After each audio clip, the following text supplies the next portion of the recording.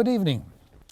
In this episode we will cover perhaps the most controversial time of the newly formed Soviet Union, the decade between 1930 and 1940, and the beginning of World War II with the attack of Germany on Russia.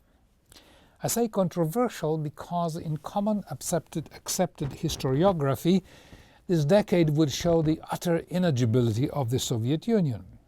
And it is also the period of the collectivization of agriculture, notably in Ukraine. And finally, it is the decade when the so-called Purges occurred.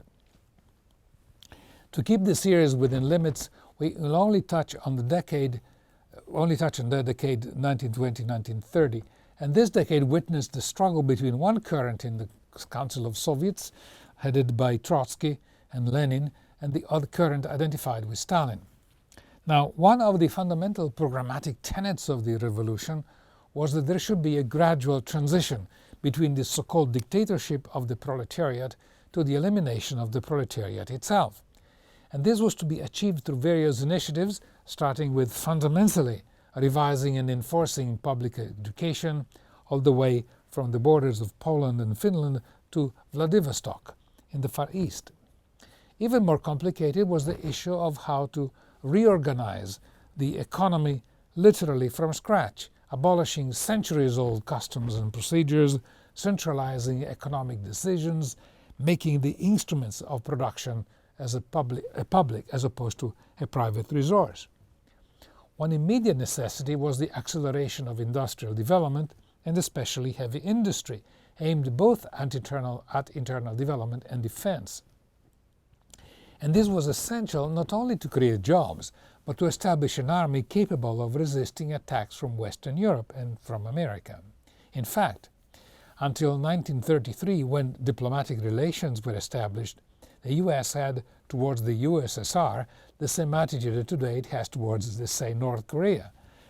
Western countries had already heavily intervened in the Civil War following the October Revolution, and the same Western countries were very concerned about the strengthening of the Soviet Union.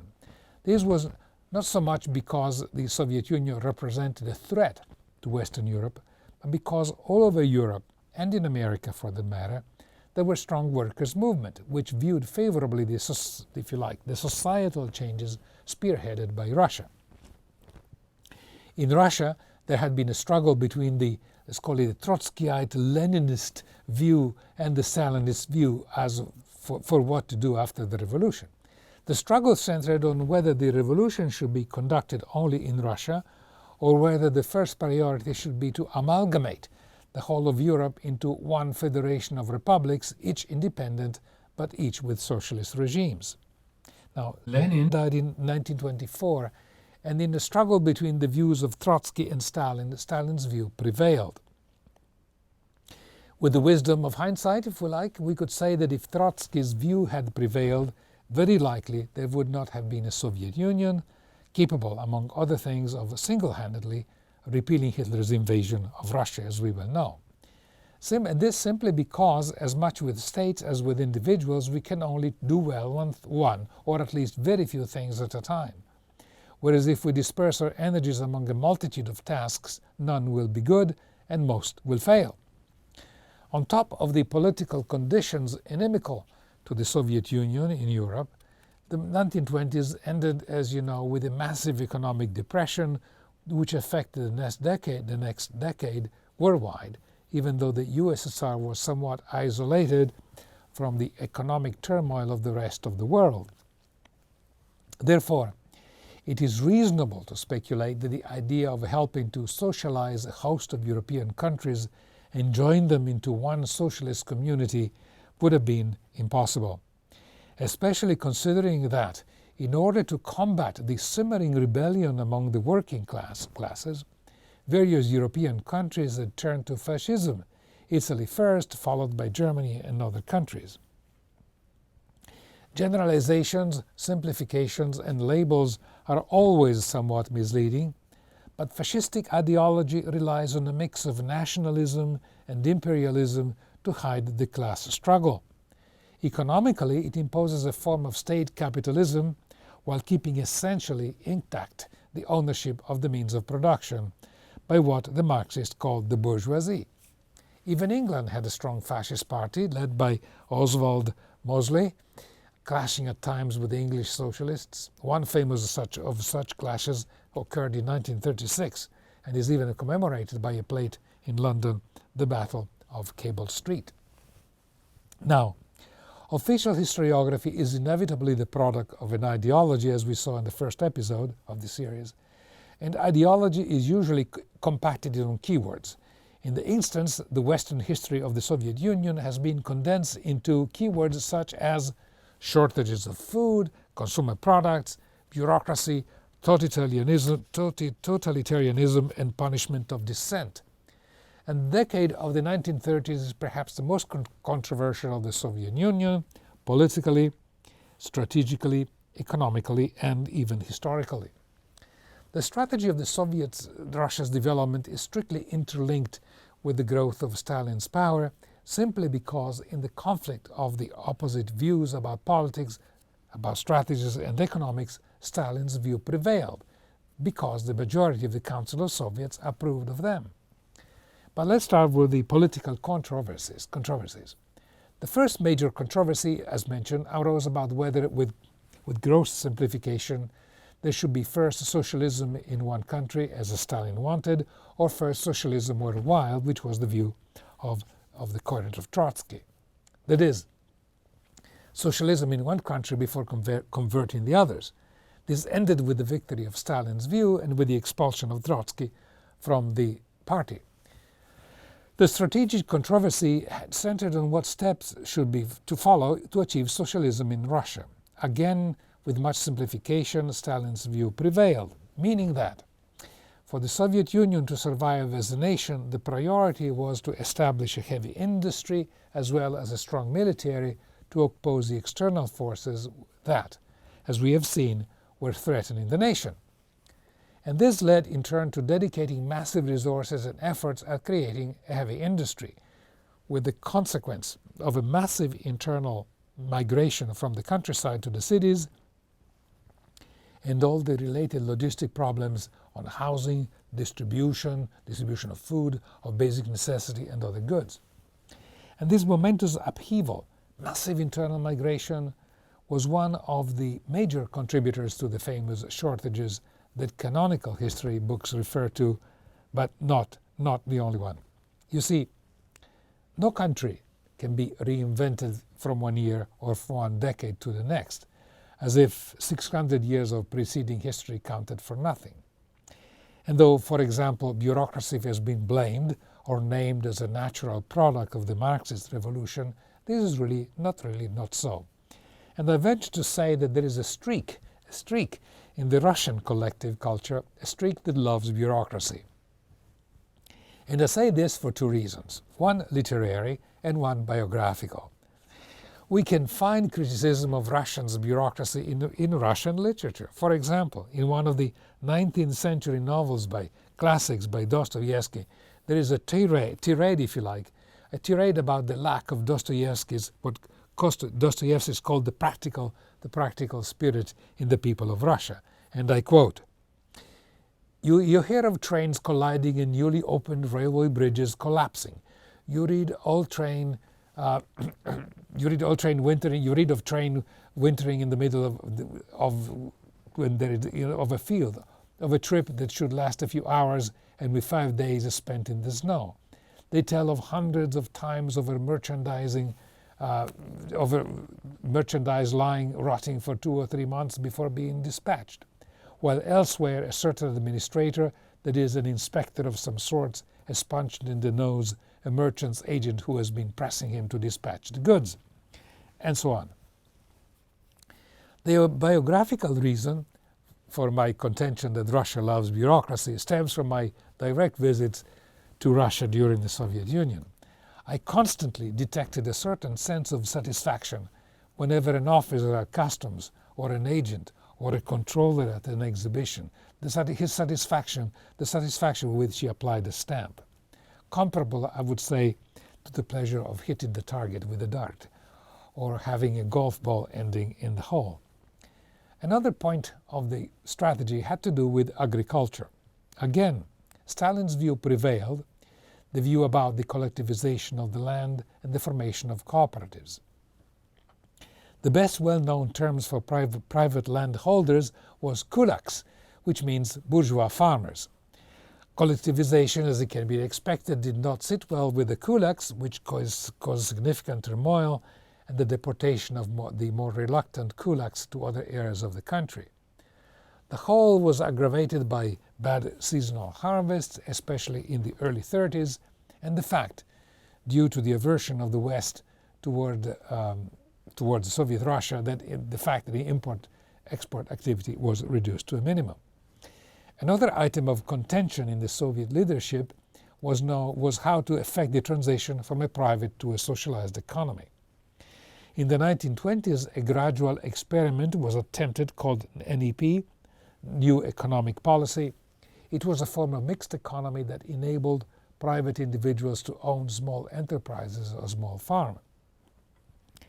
And this incentive, coupled with the breakup of the essentially feudal landed estates, caused agricultural production to exceed pre-revolution levels. While the agricultural sector became increasingly reliant on small family farms, heavy industries and banks and financial institutions remained owned and run by the state.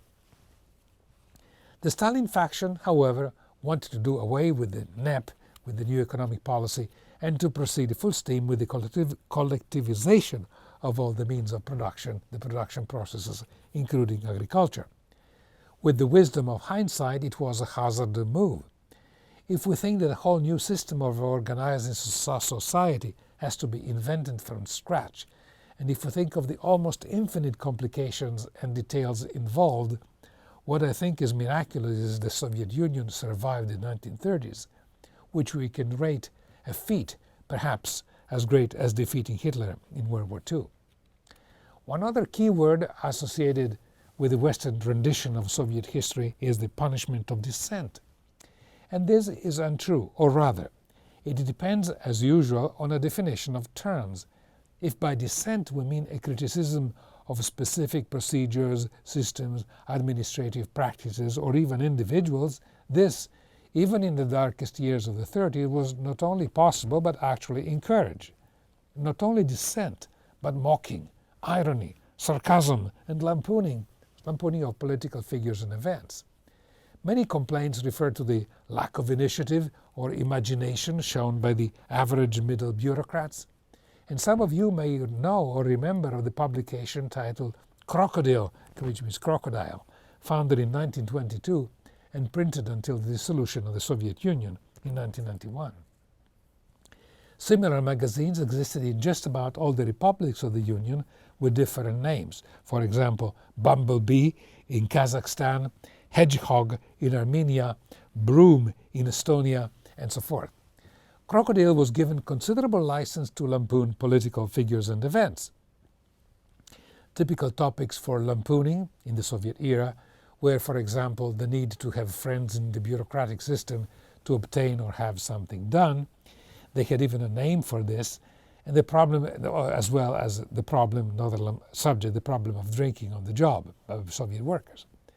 There were also other aspects of the 1930s in the Soviet Union that have been ignored by official Western historiography. For example, Russia set up a program that we could call today Affirmative Action, and it consisted of educating and giving priorities in industry, in politics, and in administration to people whose background, rather than bourgeois, was peasant. This was a continual source of lampooning by the crocodile, the Soviet bureaucracy that is being staffed by inexperienced people without proper training for the jobs. In some branches, like for example state trade, it was not only individual officials, but whole institutions that were undergoing a high-pressure training process, learning on the job. Another incorrect perception about the Soviet Russia of the 1930s is that everyone was expected to become a member of the party. And what is not true in general, admissions was not lightly gained, especially at the beginning of the 1930s. Then there is the question of the purges in the years just preceding World War II. During such purges, a bad translation for the which is actually a bad translation for the Russian meaning of the word, which is verification. During these purges, 7% of all the army officers and political commissars were removed.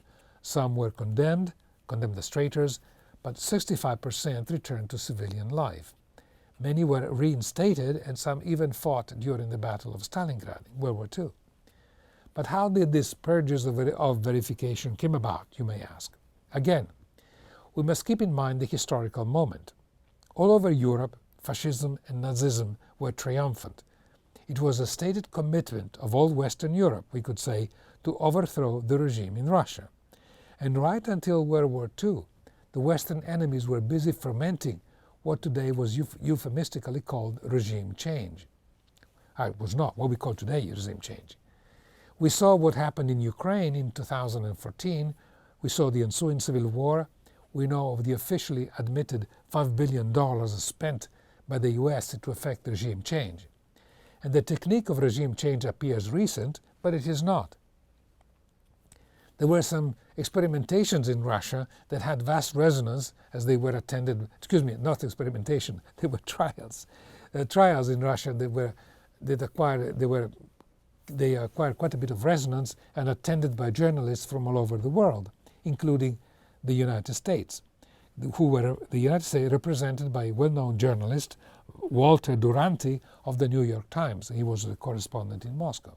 He concluded, watching these famous trials, that the confessions were true as opposed to staged, and he wrote, "Foreign correspondents present at the trial pointed out that the stories of these 16 defendants, the number of people tried, covering a series of complicated happenings over nearly 5 years, corroborated each other to an extent that would be quite impossible if they were not substantially true.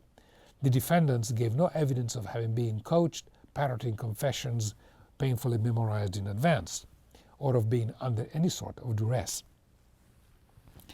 I know I have not done justice to this important issue, but the main point is that the purges and the trials were conducted not because the accused deviated from political orthodoxy, but because of the fear, supported by some evidence, that some people were plotting inside the government to overthrow it on behalf of foreign powers.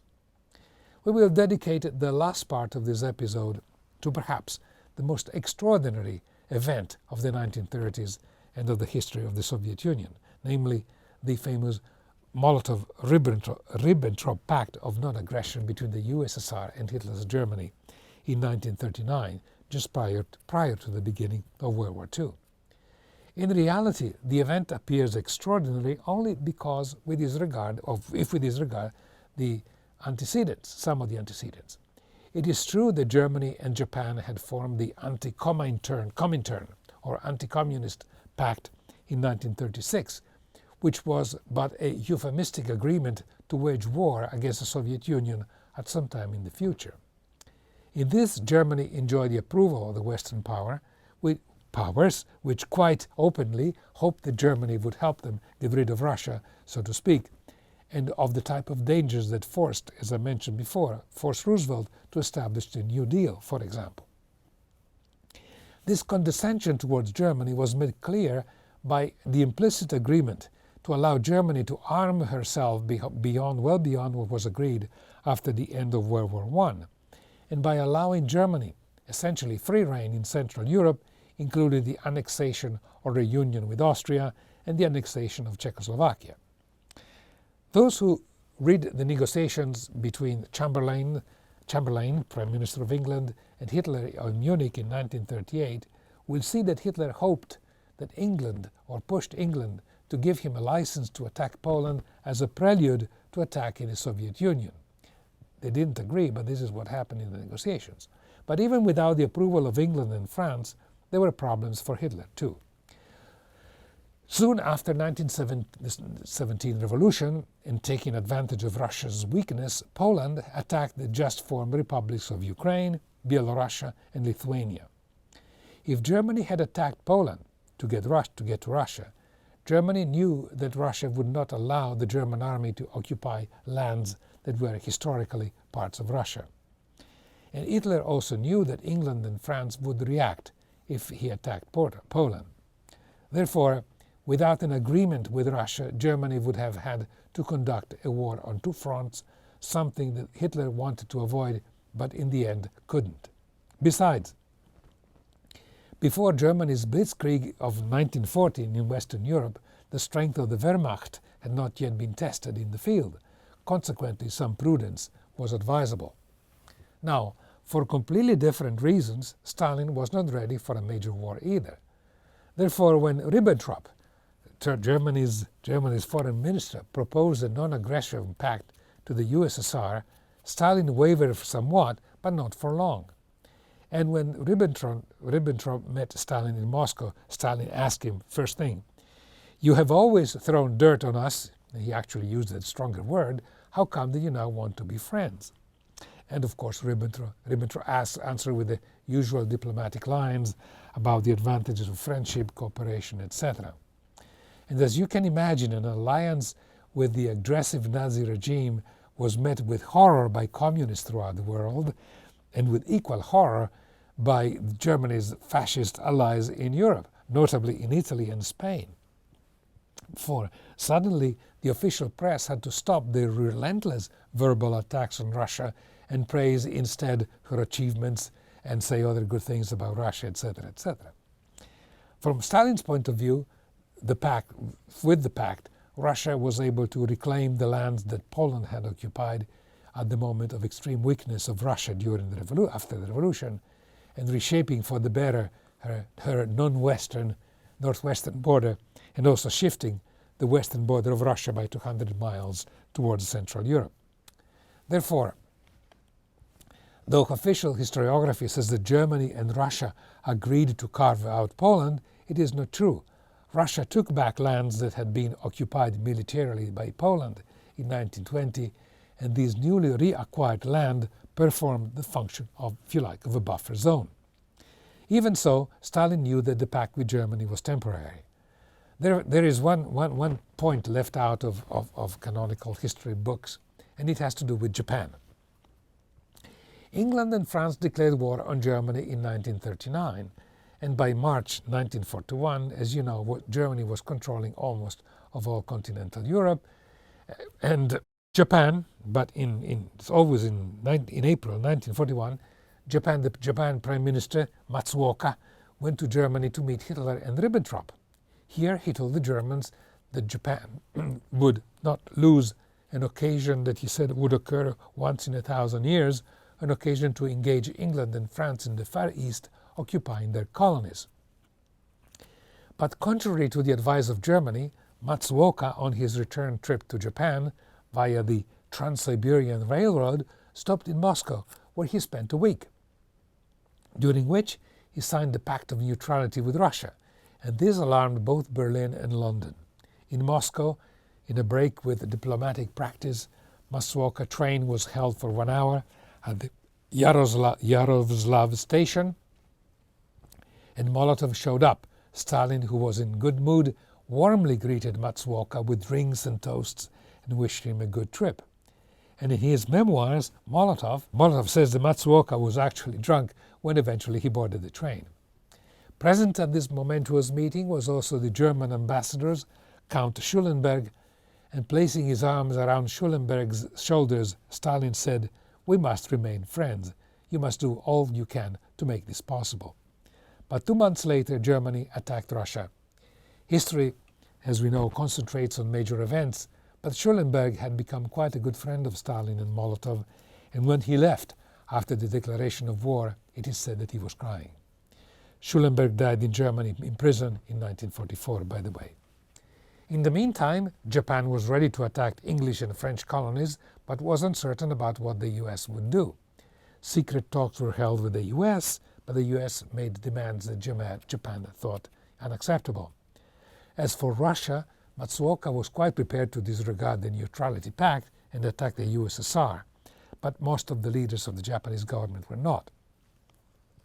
It was therefore decided to postpone a military occupation of the Russian Far East until after Germany would have achieved final victory, which it did not.